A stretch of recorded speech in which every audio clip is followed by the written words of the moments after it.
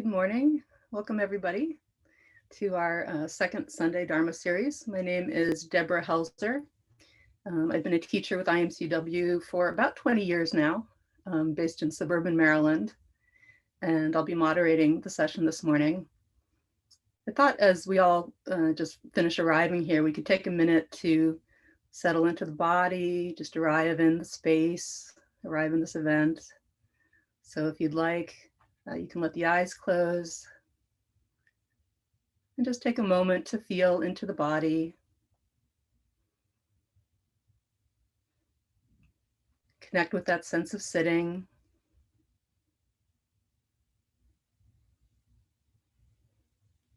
If we've been rushing a bit to get here, we can let the energy settle.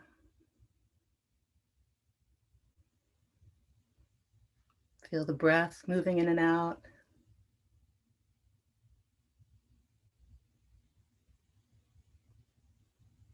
Notice the quiet or the noise that may be around us here this Saturday morning.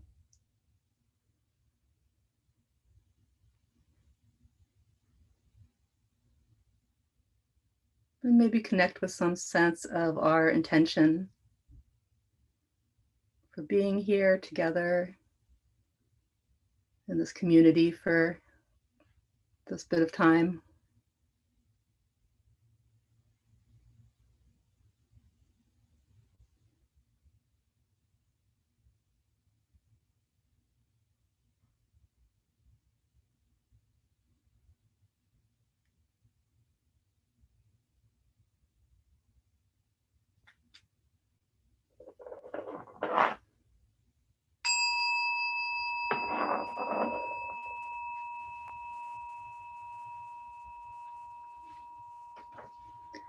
So we're so happy to see all of you have turned out this morning to be with us live. And we also want to extend a welcome in advance to anyone who may be watching the recording later. This is the second Sunday Dharma series, which is a fundraiser for the Insight Meditation community of Washington, D.C. So we gather on the second Sunday of every month to spend time getting to know an inspiring Dharma teacher, to hear about their take on the state of the world through the lens of the Dharma and their own practice and just what's important to them on the path. In a moment, we'll have the pleasure of speaking with Mark Nunberg from Common Ground Meditation Center in Minnesota. But first, I want to let you know a few details. As you can see, we also have joining us today on screen Miyako Villanueva, who's providing ASL interpretation. Thank you so much, Miyako, for providing that service for the community. If you would like to use closed captioning to follow the discussion, that's available. And you can turn that on by clicking CC at the bottom of your Zoom screen, and then click Show Subtitles, and that should bring that up. If you have questions that come up during our time together this morning, we want to try to address those. So please put those into the chat. If you look in the chat for the Zoom call, you'll see that there is someone attending the gathering called Ask Questions Here. So please send them any questions that you have, and we'll do our best to talk about the things that are important to you this morning. I also wanted to give you a heads up about upcoming second Sunday meetings that we have scheduled for the rest of the summer. In July, on the 13th, we have teacher and author Kevin Griffin will be here joining us. He'll be talking with IMCW teacher Steve Zapala about mindfulness and the 12 steps, which is Kevin's particular area of expertise. He's been on the forefront of integrating mindfulness and Buddhist principles with Western approaches to addiction and recovery. Really interesting thinker and innovator. And he'll be talking about working with craving of any kind. So not limited to addiction and the 12 steps, but just the general topic of working with craving.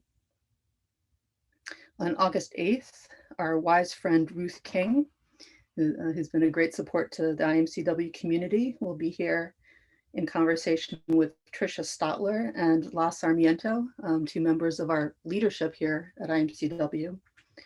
and they'll be sharing their personal experiences in working with Ruth's teachings about race and identity. Also a really cutting edge teacher and innovator in bringing mindfulness practices into contact with an exploration of racial conditioning and its impact and our potential for change. So a really timely subject.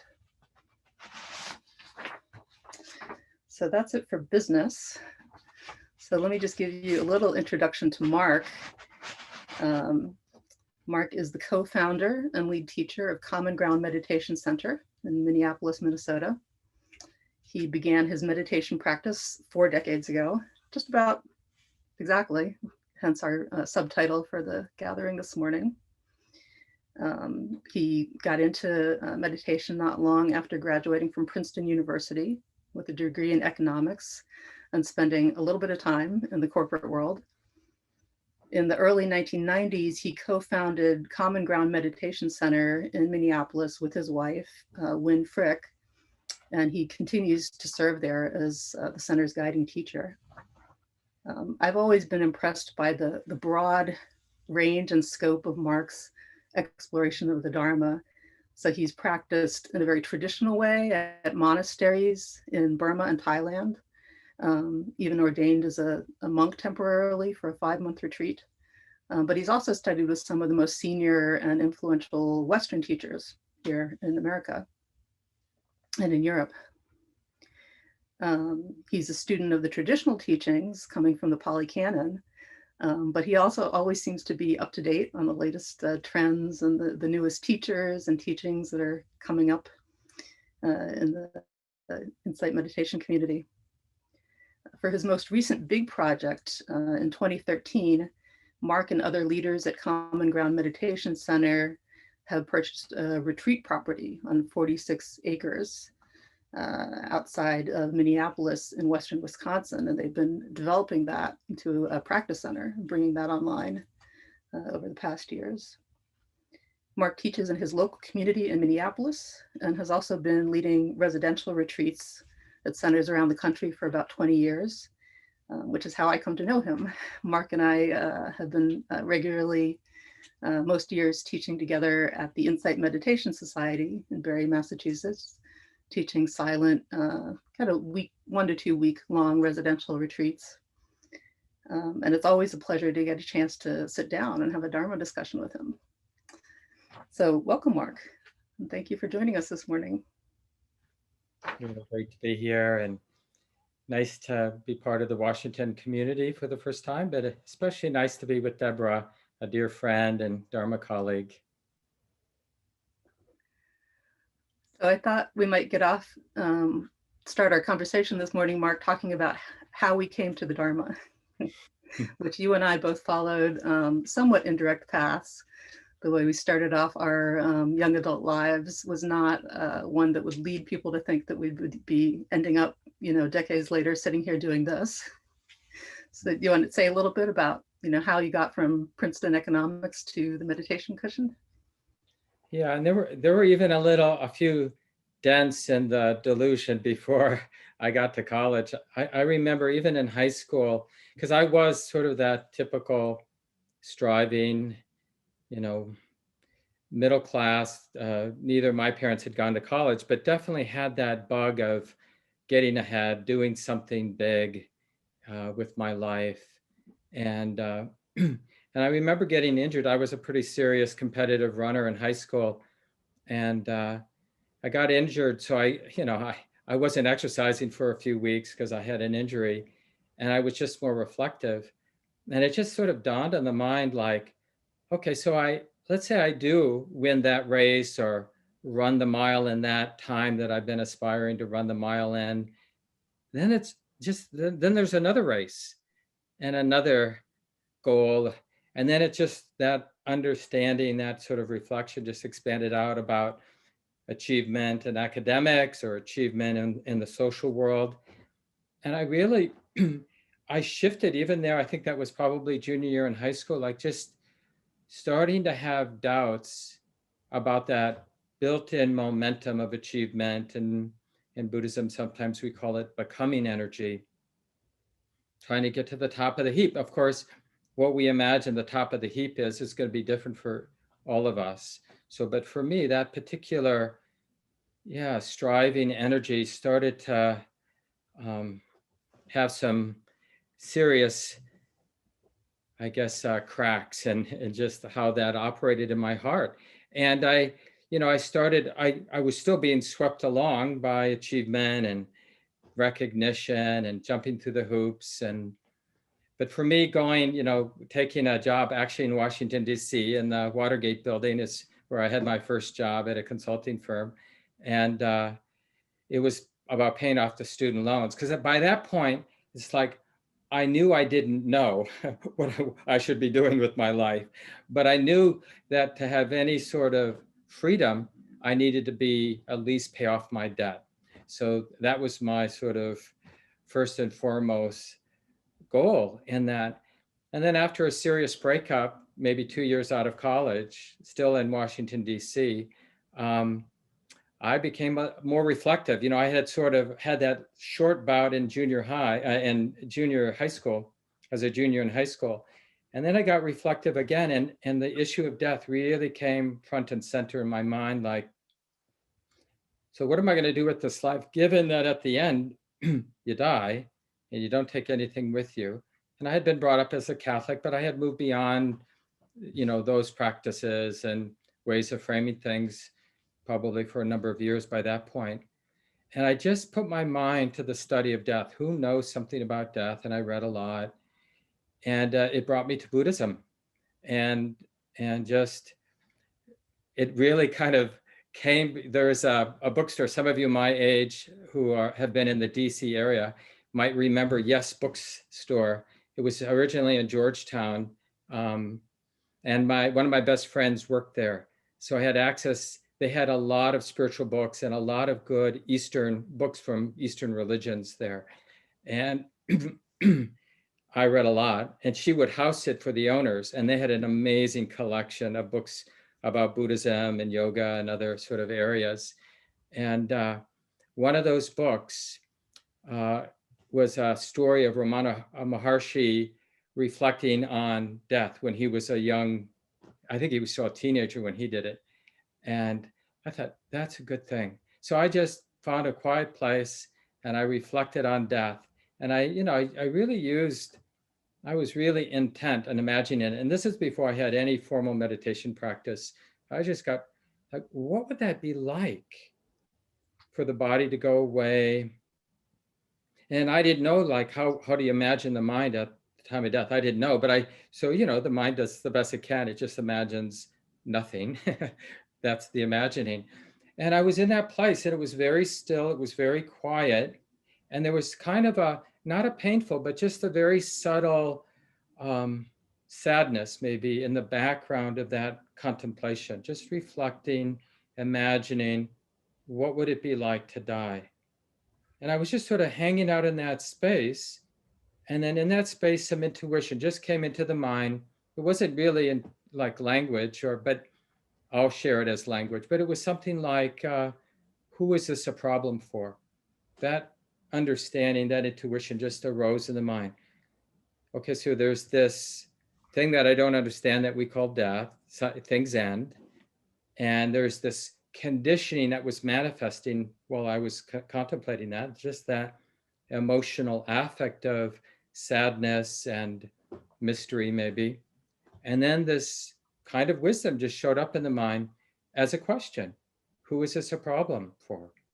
And there was no answer to that, but it was a powerful shift that, it's hard to put into words, but like there was more space in my mind than there was previous to that moment. And I was a little disoriented for a number of weeks after that. And the interesting thing, Deborah, was that moment was right when I was leaving one job at a consulting firm in Washington, D.C. And I had arranged for a 4-month leave of absence before starting another job at a different consulting firm in Washington, D.C. So I had these 4 months. I had this sort of little crack in my delusion around, who I am and what this is and what is death. Just a little opening, no answers. And then I had all this time. And that's when I really got on fire about meditation. And I was just backpacking in Alaska and out west. And whenever I'd get to a bookstore, I'd look for books on Buddhism and meditation and buy a few, then go on the next trip and reading. And by the end of that 4 months, I had a lot of clarity about one thing, that this inner investigation of meditation was going to be front and center. And, I was a complete newbie with meditation, but I just felt in my bones that this was the most relevant thing. I'd do whatever else I had to do, but this was the most relevant thing. And the last point is, so when I started that new job, about 3 weeks in, I told the owner, I need to leave. And I was getting close to paying off my student loans, but I knew that this was not a good match to kind of where my heart was at this point. And it took me about 4 months to get out of that job because I didn't want to leave that. It was a small consulting firm. I didn't want to just leave them stranded without a significant employee.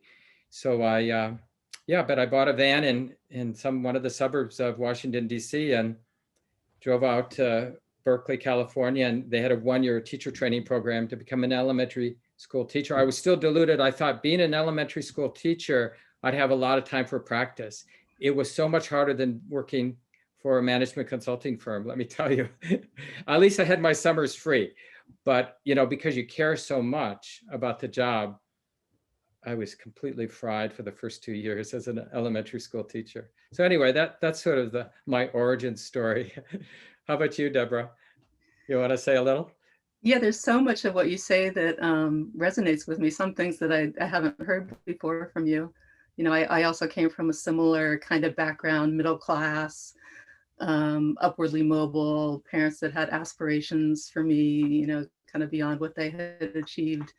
And, came into my adult life with a checklist of things to accomplish and set about very earnestly accomplishing them. So found myself, I sometimes joke that I had my midlife crisis in my 20s. I had gotten the education, had the good fortune to go to college and come out without a lot of debt. I was working, what I thought was a great job, an interesting job, well paid. I was in a place I wanted to be. I was in the best relationship I had ever been in before with my now life partner of 25 years. So everything was going great. And I had kind of ticked all the boxes. The only one I hadn't ticked was like having kids and stuff, but that was still kind of off in the future for me at that point. And I was, I was happy. Life was chugging along. There wasn't any particular problems, but there was a night when I woke up in a hotel room on a business trip in Tempe, Arizona, just kind of sat bolt upright in the middle of the night, and it just hit me. I am going to die. And what am I doing with my life? Is this really enough? And kind of like you say, having that epiphany of, I could see myself just chugging along on this wheel for the next, 3 decades. And where would I be at the end of it? Would I be prepared for everything that comes with old age and death? Which I understand definitely more now, a few decades down the road. We tend to think that young people don't get that, and a lot of younger people don't really have that sense of, oh, one day this is going to come to an end. Youth is not eternal. But I think a lot of them, a lot more than we give them credit for, do get it and have that sense. And for all of us, that comes at one point or another, right? That sense of spiritual urgency that we need more than just kind of worldly accomplishment, whatever that might mean for us. And a lot of it seems like just like when I think back of the good fortune of bumping in to useful tax friends that had some knowledge to share with me, guidance, or bumping into a place like the Insight Meditation Center in Washington, D.C. I mean, like when I was there, of course, I don't think the Insight Meditation Center was yet there, but there was a Shambhala Center, or I think maybe before even Shambhala, but it was in that lineage in Georgetown. And that's where I took my first introduction class, right there. I forget what is it, Wisconsin Avenue there in Georgetown. And it was just, a little hole in the wall place, but they gave nice basic mindfulness instruction as the sort of introductory course. And I'm really grateful that I bumped in, and I'm really grateful that I bumped into that bookstore. And, early on in my training, somebody handed me one of the books from Ajahn Mahabua. He's one of the better known Thai meditation masters in the Thai forest tradition, a Buddhist monk. And Ajahn Thanisaro, who's still alive and a wonderful scholar and teacher and abbot of a monastery outside of San Diego, he had, I think, some of his photographs on the book. And it was just this beautiful book. What was it called now? Something about the heart. But it was like, I remember reading through it, and it was really powerful Dharma, right kind of to the heart of what the Buddha was teaching. And I remember reading it there in the middle of the 80s thinking, no way a human could do this practice. This is just too much. I was so in awe, so respectful, but just felt like, having a little sense of my own conditioning to strive. And I think the perfect example of kind of delusion and samsara, like how we keep doing the same thing and getting the same results, and nowadays is doom scrolling. And I just recently came across that word, but I do it. I mean, sure, especially, when we should be going to bed and we're just checking our email or checking the news or hoping for something interesting on the internet to sort of spark some interest. And it's like a perfect example of what you just said, Deborah, of, is this all there is to life? Scrolling through the internet, looking for something that will give me 10 seconds of energy because it's somewhat interesting. And that kind of, I think you're right. I think a lot of us have that, some version of that epiphany. Not as many people find that next step, where there's like, you remember this, Deborah, that line from the early text, the suttas, where the Buddha says that when we bump into that truth of how we just keep repeating the same mistakes, getting the same results, there's this very powerful, wise reflection. Who is it that knows something about this suffering? Is there anybody that knows a thing or two about what to do with our human predicament?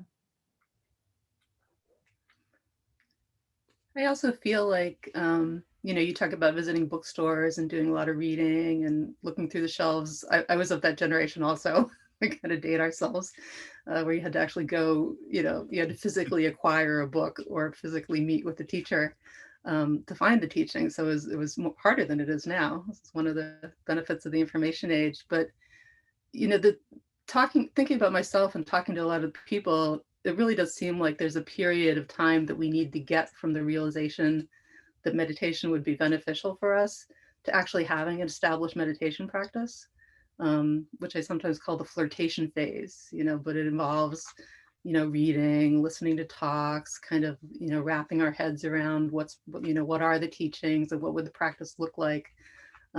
Usually for most of us, that has to go on in one way or another before we actually get onto the cushion in a consistent way. Like with hindsight, I always felt guilty that, oh, here I am, looking through the shelves in the spirituality section of the bookstore, going to classes, but not actually sitting really. But now I can see, looking back, that was part of the development of that, that wholesome desire to actually do the practice. I needed to bridge that transition. I couldn't just go to immediately having a solid established meditation practice. And it sounds like it was similar for you. Yeah. I mean, I did start pretty soon, but I for a long time, Deborah and I talked about this the other day, for a long time, that same striving energy infected my Dharma practice. And so there was a lot of becoming energy. I would track like how long I sat every day, how many days a week I sat. And I'm sure you've noticed this in maybe some of your own Dharma communities, but it's a sort of like a Boy Scout badges. How many retreats have I been on? Who have I studied with? And I even at the time I had some awareness of my attachment, my identification, trying to sort of look the part of being a serious Dharma practitioner or whatever. But I think over time it kind of gets exhausting and stressful to because if we're doing even some approximation of sincere practice, all of that becoming energy, trying to be somebody, trying to get ahead, we start to recognize it as a real weight on our heart, like that comparing mind. Am I the same, kind of in the same place as this other person, or I'm a more experienced person than this other person, or I'm a less experienced person? Have you noticed? I'm sure it's really endemic, and I'm not sure we can avoid that phase. And I think part of the path is actually recognizing all the little and big ways our spiritual practice, our Dharma practice gets contaminated with our habits of greediness, and aversion. That's another shadow that for me, that was there, I think, even as a younger child, this tendency towards aversion. So it infected my Dharma practice. Like, I'm using my meditation practice to get the heck away from my pain, to escape. And, there's some truth to that, but there's a shadow to that idea of, like, life is messy, relationships are messy, responsibilities are messy, working a corporate job was stressful, and so I'm going to do this other thing, and I'm going to transcend the messiness of the world. And that's kind of more than, I think, for me, was a lot of the middle years of my practice was teasing out this kind of idealism that existed in my practice. Did you see that, Deborah, in a different way or in a similar way? That just the kind of idealism around the practice, around the teachers and the teachings? Yeah, I mean, I felt like I just didn't have a very realistic understanding of how the practice works. Coming to it for some, I thought that somehow spiritual practice would be like a magic bullet that wouldn't operate like every other thing I tried to do in my life. That somehow, there'd be some magical transformation and I'd become a different person and everybody would love me. I'd have that beautiful equanimity and love that radiates, from the teachers that I was seeing. So there was a lot of shoulding. There was a lot of, oh, I should be mindful, so let me look mindful. I should be loving, so let me try to act loving. Very much trying to force myself into what I thought the mold was, rather than letting it grow organically, which is really just the model that I had for learning things, right? You go to college or you're on the job, and that's the model you have. You learn to do the things that people around you are doing. And it took some time to realize that on the spiritual path, it doesn't work that way. You can't force yourself into somebody else's mold. Yeah. Yeah, that sort of,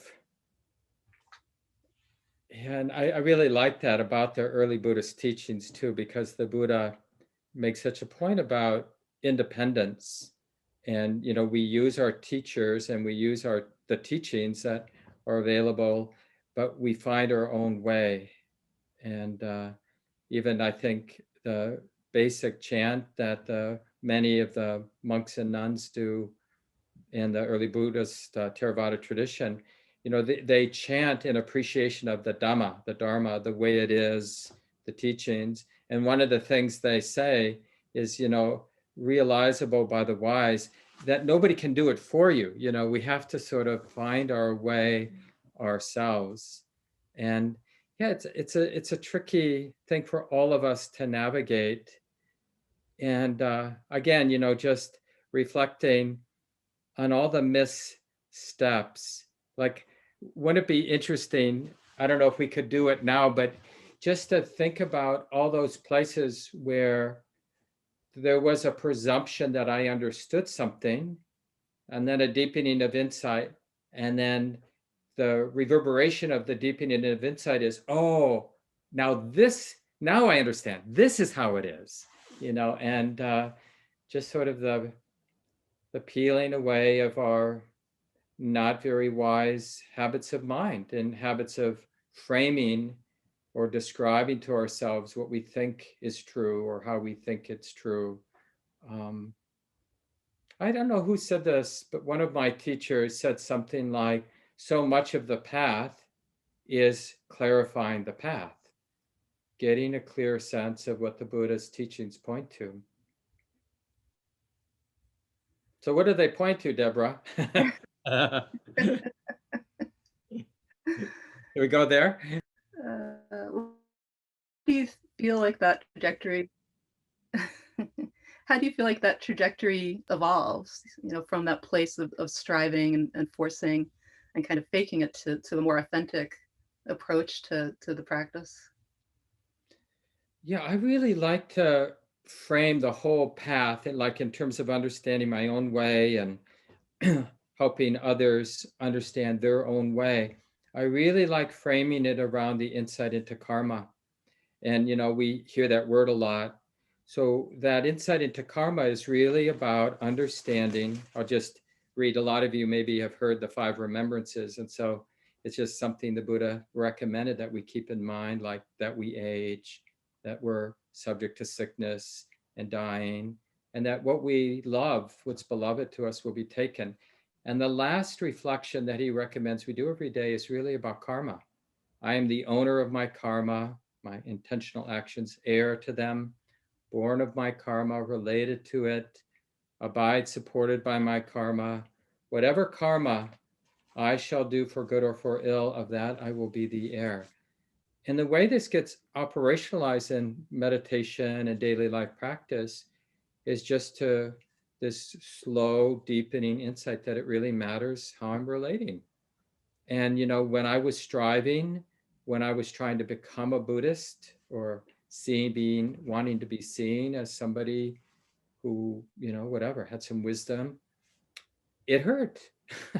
So it's kind of connecting the dots that any fixed view I had about myself or another or anything whatsoever was a weight on my heart.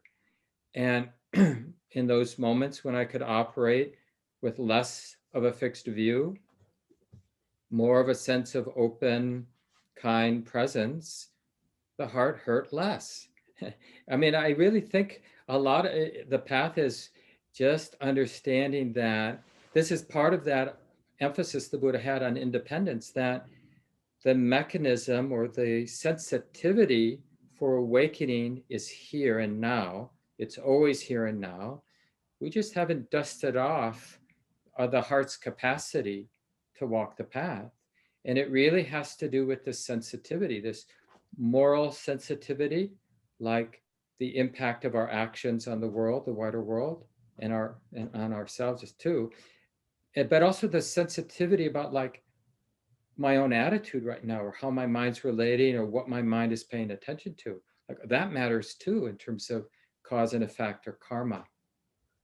And I think just what shifted over the years is just that gradual shifting from what you and I were talking about, this imitation phase, fake it till you make it kind, because we had some intuition that the teachings were useful, right? And we were disciplined enough to sort of experiment and imitate, go to retreats, go to sit, eventually start a daily sitting practice and that kind of thing.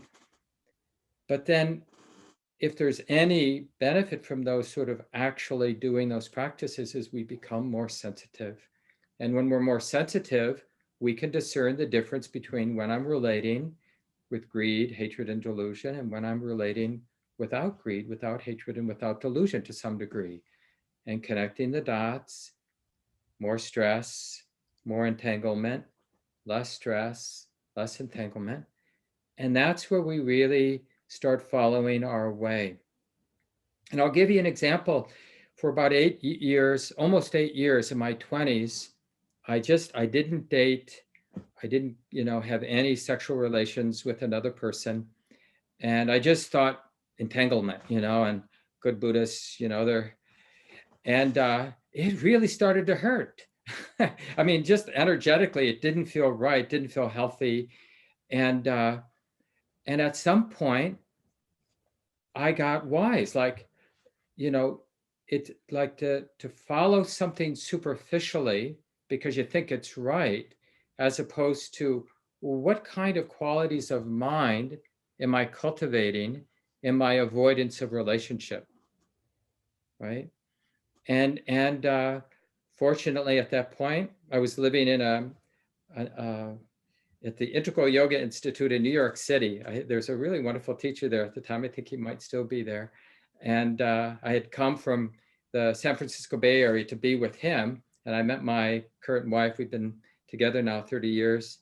And, but it was like, it was really on that level, like what I was doing. I didn't know much, but what I was doing was not the way, because I felt it energetically. It just hurt. And I knew I had to do something different. And I had some intuition that I should just ask this person if they want to move away with me. I was kind of blunt, but luckily my partner is a wise person, and she somehow intuited it was the thing to do. And we just, in about 6-week time, we left New York City and moved to Minneapolis with the idea of starting and living at a spiritual meditation center, a Buddhist meditation center. We didn't really know much at that time. That was 91, but we knew the value of spiritual community.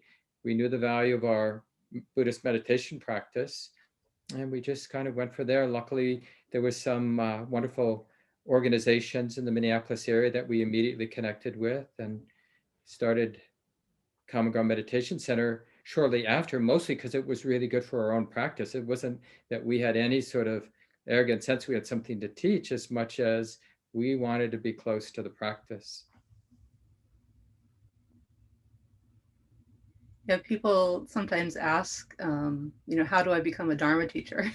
The best answer, I think, is by being a yogi, by being a student of the Dharma. That's where the most authentic teachings come from, is when it's really, in some way out of enlightened self-interest.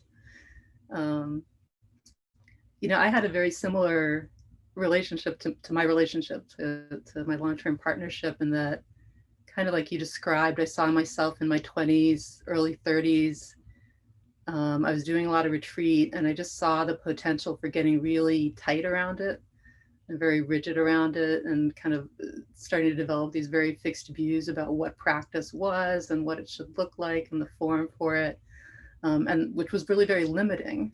And kind of like you described, I started to intuit after a while that, I could, again, kind of like working my job, I could keep going down that path, become a monastic, kind of squirrel myself away and just get really tight and not really continue to grow. So I also made that conscious decision to, engage with relationship and to live in the world as a householder, and now with kids.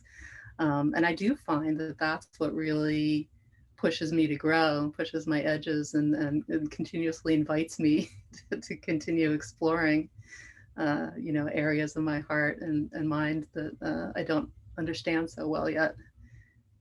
You've talked about, how you and Wynn did start Common Ground relatively early on in your path, and really kind of maturing and growing, both as a student and as a teacher through that process. Like, what did that whole experience contribute to your path? What did it bring up for you? Yeah, I think that I often say this to people. It's in finding our own way, we have to uncover the supports that bring energy into our practice, and sort of being, we bought, like, in 1993, when Common Ground started, there was a nice insight meditation community in Minneapolis. It's still here. It's a sister organization to Common Ground. It's called the Twin Cities Vipassana Cooperative. Deborah's taught with them a while back, with Kamala and Steve. And so it was like just partnering with them so that there would be a local place for us to sit together. That was the idea, a place in community where we could sit 7 days a week. So there was that was the first program at the center, was a morning sit every day. And then, shortly after, we had, I think, one Sunday morning a month where there would be a 4-hour period of sitting and walking, excuse me. And then it was like the teachers we were inviting out at the time, people like Shinzen Yang, and very shortly after, Kamala and Steve, Kamala Masters and Steve Armstrong, they would give public talks before they were out to do a residential retreat. So we do things like that. And then a couple of us sort of stuck our necks out and started like doing introduction classes just because we could give some instruction for people to get started with their practice. And yeah, and it just grew from there. And I think that I think Wynn and I felt like parents, and not so much of the community, but parents of this place where the community practice, sweeping the walks, vacuuming the cushions, and just there was so much joy. One of the places in life, and maybe you feel this way with raising your kids, Deborah, but one of the places in life where we get a lot of good energy that creates the necessary ground of safety to do Dharma practice is through service of one kind or another, whether it's raising kids and really putting our heart to that, or raising a Dharma community, or creating a space for a Dharma community to evolve. And, it wasn't, I think Deborah and I started doing longer retreats around the same time. And when I got to start doing longer retreats, both internally and then also for my teachers, I had more confidence to start doing things like lead a day-long retreat, later in the 90s, in the late 90s, to do a little bit more formal Dharma teaching. But that really came, I think, a lot out of those longer retreats and how the practice unfolded from that. But just the early years, it was really feeling held by, there's a phrase we sometimes hear, those who serve the Dharma, are protected in a way. Your wholesome intentions get protected when we devote our life towards something that's really wholesome. We get protected. It isn't so much a sacrifice, deciding to raise kids or deciding to volunteer or whatever you might do. Like Deborah said earlier, it's enlightened self-interest. And Deborah, I think it would be important for people to know, like in your experimentation, you did something pretty radical. You were a nun. Was it for 12 months? I forget how many months you were a nun in Burma. Yeah, for a year. Yeah. And you were for 5 months, right? Yeah. It's interesting to experiment with that form, which it's hard to do here in the West. In Asia, that's more of an accepted thing that you can go and spend just a relatively short period of time. Some people will do it even just for a week to see what's that experience like of really dramatically altering, your life circumstances and the things that you rely on for your sense of identity. So where you look really different, your routine is really different, your role is really different. So I found that to be an incredibly eye-opening experience, really valuable.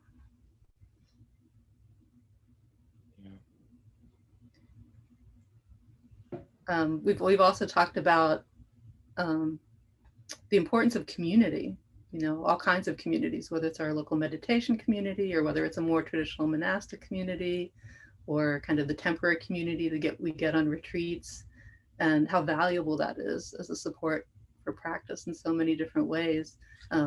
Here at IMCW, this is really important to us, finding ways to build community, especially since we're so spread out over such a big geographic area. So we try to have, lots of local sitting groups and, meditation groups, spiritual friend groups for discussion, different ways to build community. So what are some of the ways that you see, that experience of being on the path with other people and seeing all their ups and downs, supporting us in our own work?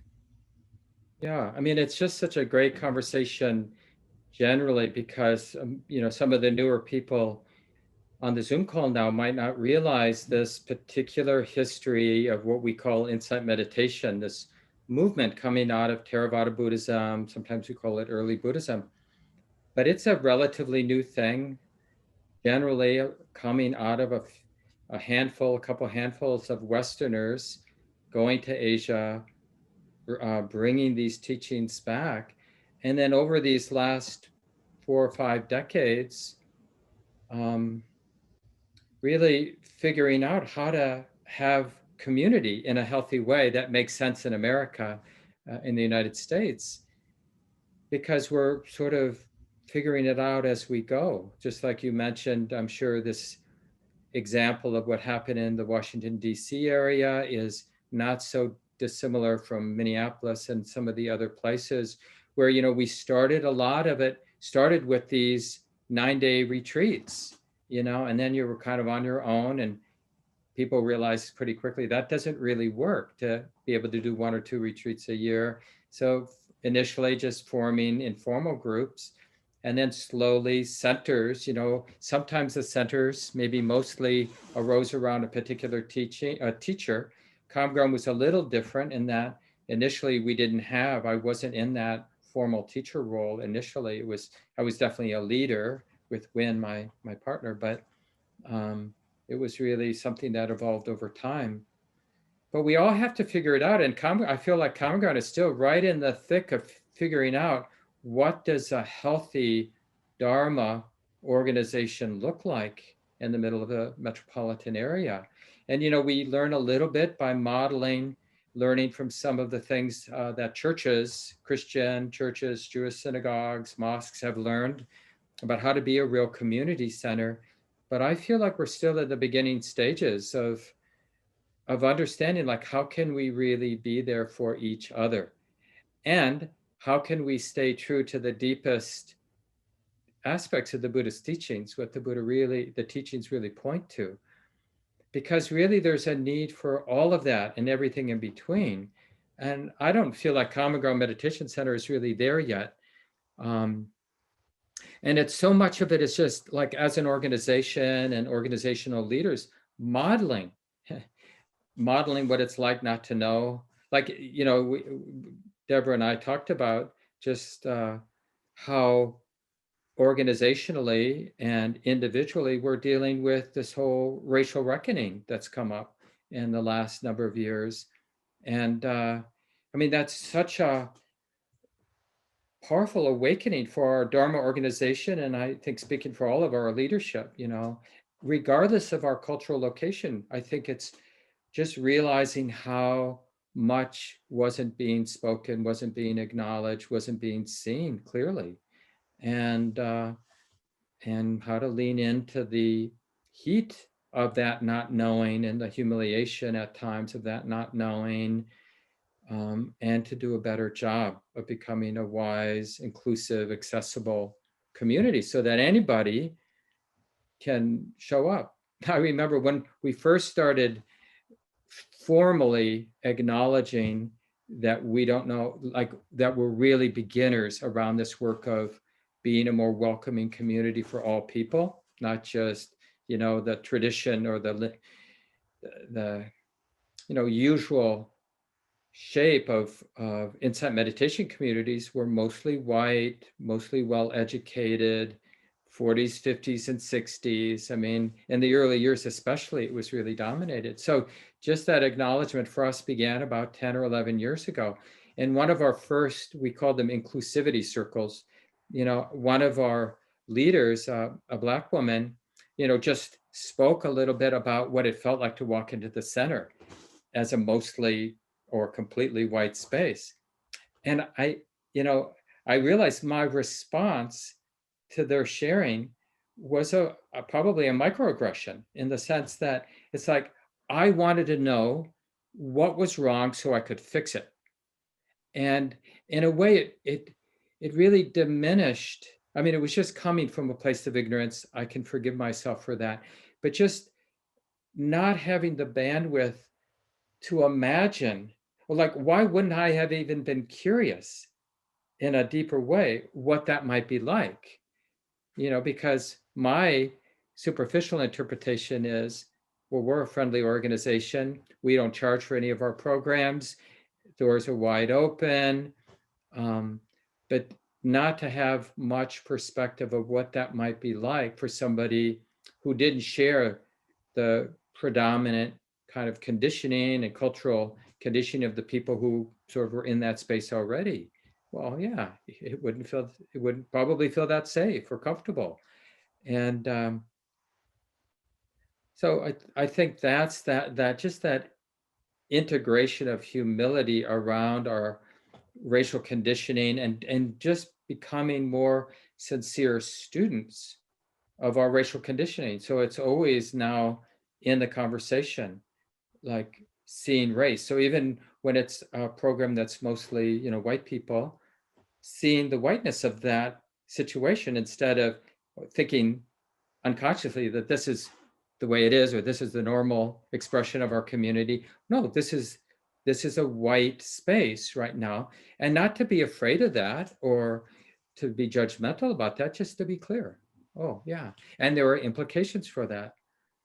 So this is some of the sticky stuff, but really good. I really just feel this is so central to the practice of, we have these insights, and then the interesting question is, how do these insights, these understandings that create more space and more calm and more resilience, then how do they actually show up in these places in our world where the legacy of the past, all the oppressive legacy and harmful legacy and wounded legacy, it's showing up here in terms of our sexism and racism and how power works and takes advantage of those with less power.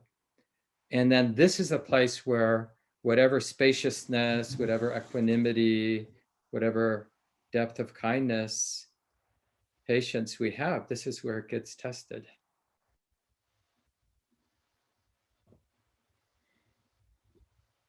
Yeah, I feel like it's a really rich area for practice. In some ways, this is a unique moment in all of our lives, with everything that's going on right now. And there's so many different reckonings that are happening all at once.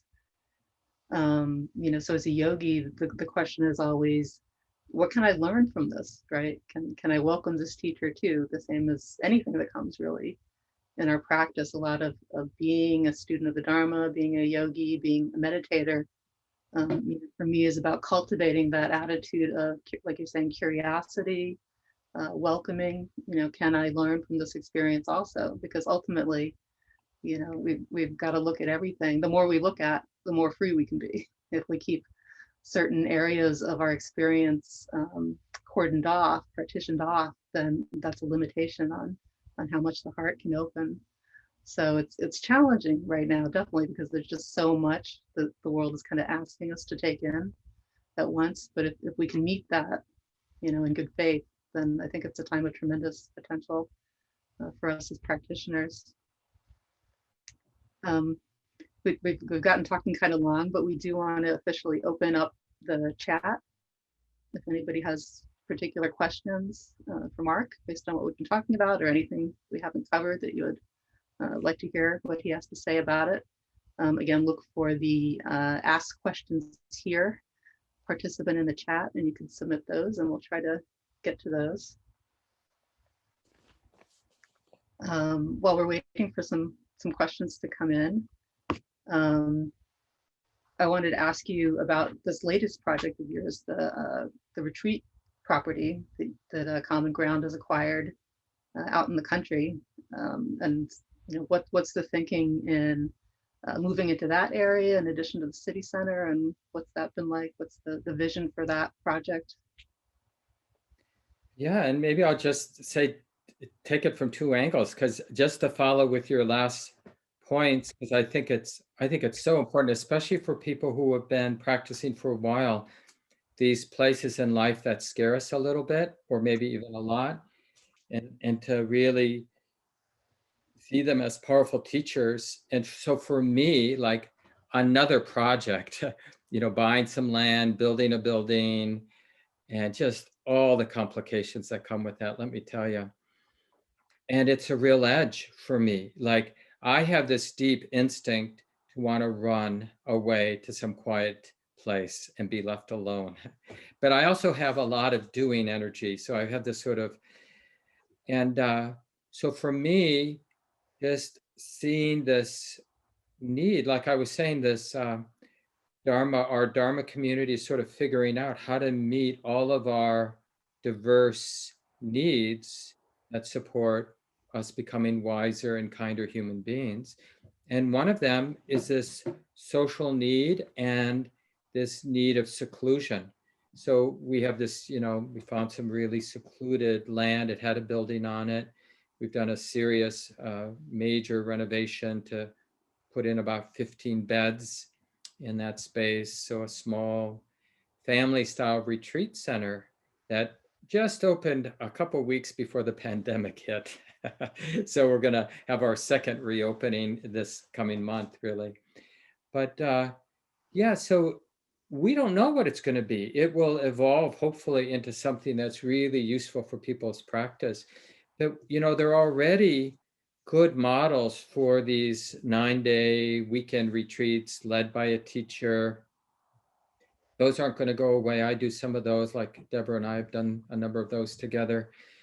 But Common Ground's interested in some other variations, like more senior student holding the space for newer people on the path, just to spend a long weekend practicing together, where there would be some times each day, 3 times each day, where you'd sit together, but lots of time to study, to walk the fields and woods, to have circle time where people check in about their practice together, what they're learning, take turns cooking. So no professional retreat staff to make it like a spa. You're just sort of in the space together, in groups of 10 to 15. So we'll see how that vision unfolds. We'll have some teacher-led programs out there too. But the initial response has been very powerful. Just people taking more responsibility for their practice and also making a mess of it. Like really, because there's not much structure, over striving or avoiding any meditation, because there's less structure, people can kind of act out a little bit. We hold a relative silence in the space. I mean, there are some times where people are talking with each other, but mostly people are just in silence together. But yeah, I think all of the Dharma centers are exploring this. Deborah mentioned we do the same thing with a lot of small community groups where people can connect. And this place out in Western Wisconsin is just that, where people were more likely carpool out there. So they'll have that social time driving there and back, they settling in and coming out of the retreat time. And those friendships, I think, are a lot of the glue that help people stick with the practice over the many years that it takes to really get a sense of what the path can offer. So I always feel that way as a Dharma leader and a Dharma teacher at Common Ground. How can I keep people on the path long enough so that they have their own experience that will keep them on the path forever?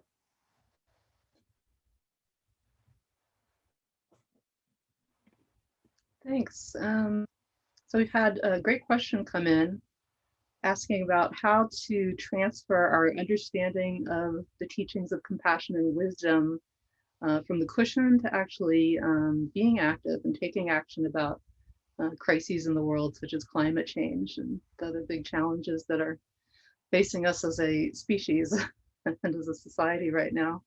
Do you have anything to say about that? Yeah, I really love how the Buddha talks about sila, moral sensitivity, moral integrity. Because he talks about it in a way where this clarity that we can have, the sensitivity that we can have is real. It's not kind of abstract or in a way it's not relative. But even though it's real, it's not like some other spiritual systems. They think of morality as coming from the top down, like somebody up there tells us what's right and wrong, and then we do our best to follow that. But in the early Buddhist way, we're developing in our practice, just cultivating the continuity of mindful awareness, where the sort of necessary, unavoidable offshoot of that is we become more and more morally sensitive. And we call that hiri ottappa, that sort of wholesome regret and wholesome concern. It just grows. It's there. In Western language, we might call it our conscience, but we just become sensitive.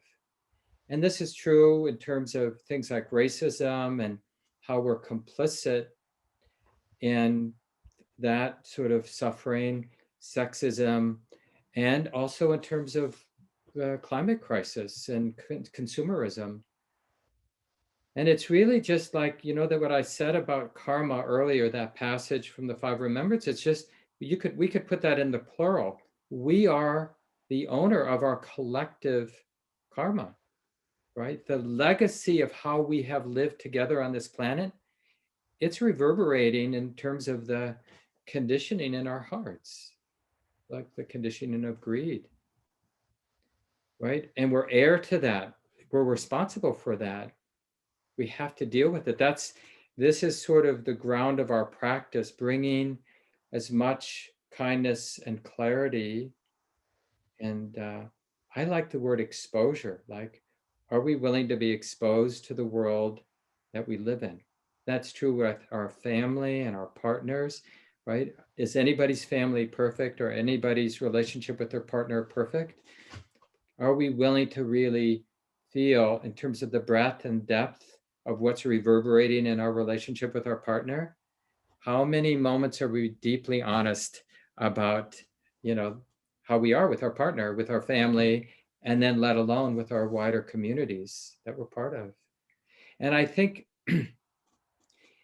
better than having a particular plan of what we're going to do about climate change, really lead with that sensitivity. And I've often mentioned in my other Dharma talks, growing up as a Catholic, and my family was pretty into Catholicism when I was a kid. And I had my statues of St. Joseph and St. Francis and other figures, Mother Mary. And I think at least most of them, the way that the iconography worked is their heart was exposed, so the statue, the heart would be out a fraction of an inch, like a raw heart. And I think that's a very powerful spiritual symbol, like for awakening, that we don't get like super cool as we awaken. We become super sensitive. And as we're developing our practice, wisdom catches up with the sensitivity, because sensitivity is completely unworkable without wisdom. It's hard to be a sensitive person in the world without the deepening of wisdom. It's just too much. Yeah, thanks for the great question. Just to add a little bit onto that from my own experience, for a long time I would tell people, when they asked what I was doing with my life, I would say, well, I do a lot of meditation. And that's very much how I saw my spiritual path is this, the time I spent on the cushion, the time I spent in retreat was very much compartmentalized and separate from my activity in the world and my interactions with people and whatever projects I had going. And it was a long time before I really made the shift to telling people that I practiced the Eightfold Path, which everybody may not know all of those folks, but includes not just the meditation portion, not just meditation practice, but also the cultivation of wisdom, like through these kinds of Dharma discussions that we're having here this morning, and also action. That action is an integral part of the path laid out by the Buddha. And it was a long time before I could really take that in and synthesize that and felt like I could bring all of the aspects of my life into more of a unified whole. But it made such a change in my perception of being on the path, and it being kind of like a big project and even something of a chore, and all of that striving to really being joyful, to being able to be on a path where everything that I was doing was part and parcel of this process of awakening. And I feel like that does change our emphasis.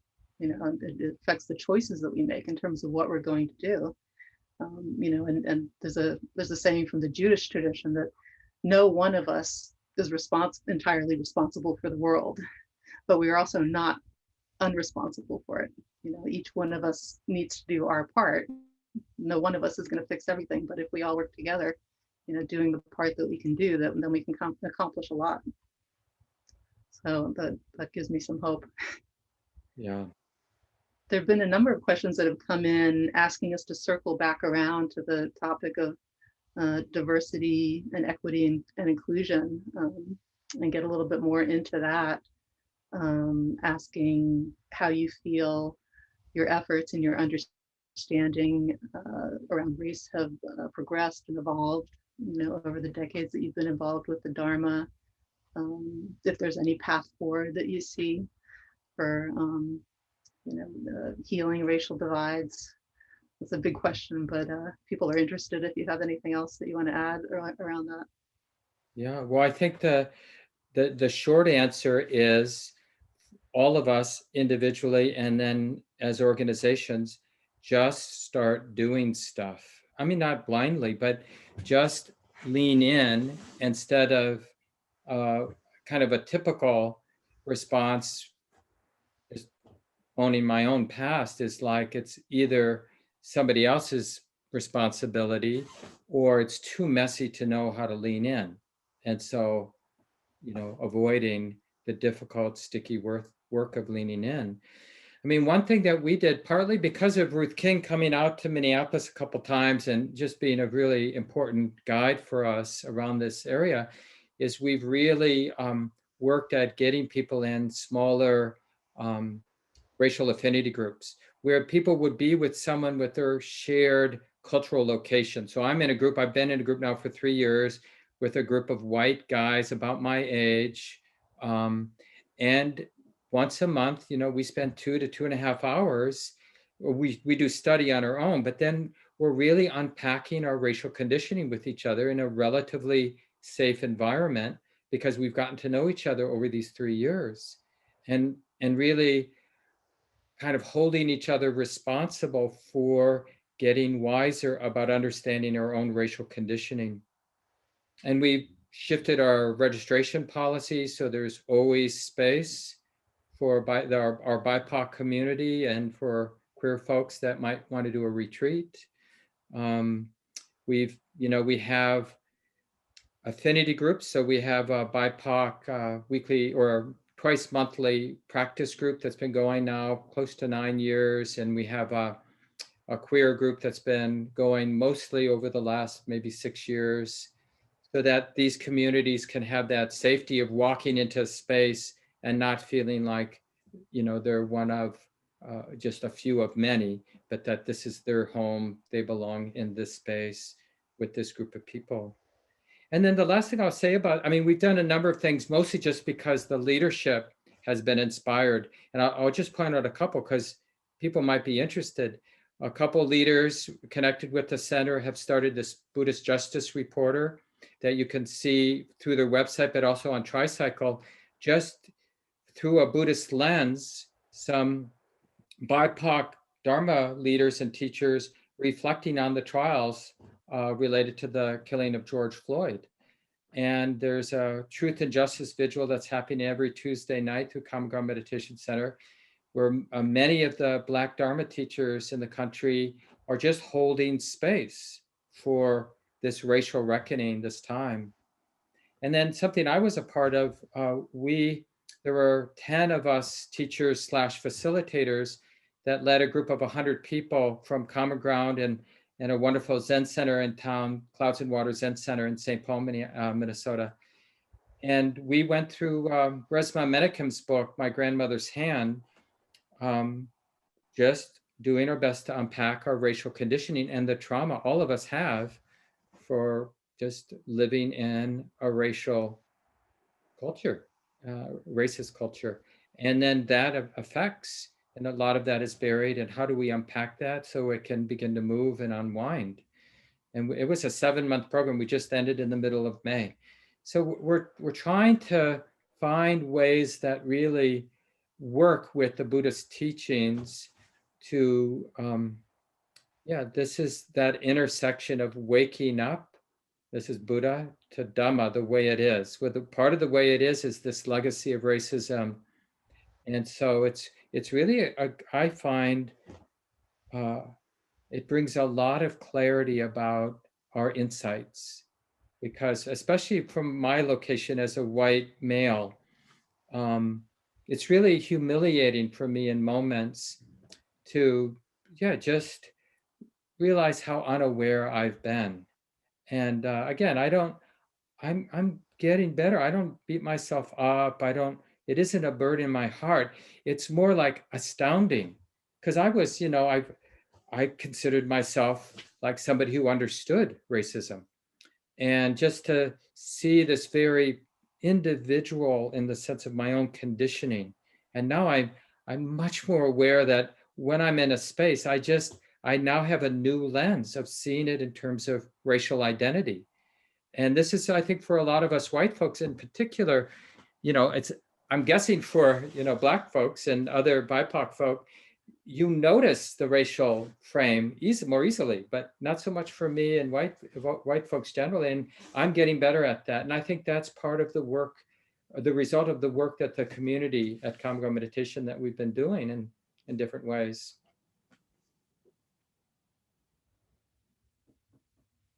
Thanks so much for sharing that, Mark. Yeah. This is a big topic. We could talk for another whole hour on this subject. And definitely, if you're interested in this discussion, join us in August for Ruth King's visit. It'll be really insightful, I think. And thank you, everybody, for those really interesting questions. We're going to go ahead and wrap things up. So thank you, Mark, for joining us and sharing your experience, your wisdom, your insights. It's always a pleasure to talk with you. Are you going to close us out with a short meditation? I thought we'd just do a sharing of the merit. And one of the things we've been talking about recently at our center is just how important it is to learn how to recognize the beautiful and wholesome qualities. And even like having difficult conversations is a beautiful thing. Gathering like we did this morning is a beautiful thing. And of course, there's probably many other beautiful qualities you can recall, maybe a moment of generosity earlier in the day, or a nice moment with your four-legged friend, your cat or dog or whatever, earlier in the day or yesterday, or a moment of restraint, a moment of kindness. But let's just take 30 seconds and remember some of the beautiful, wholesome qualities in our lives. Even our curiosity.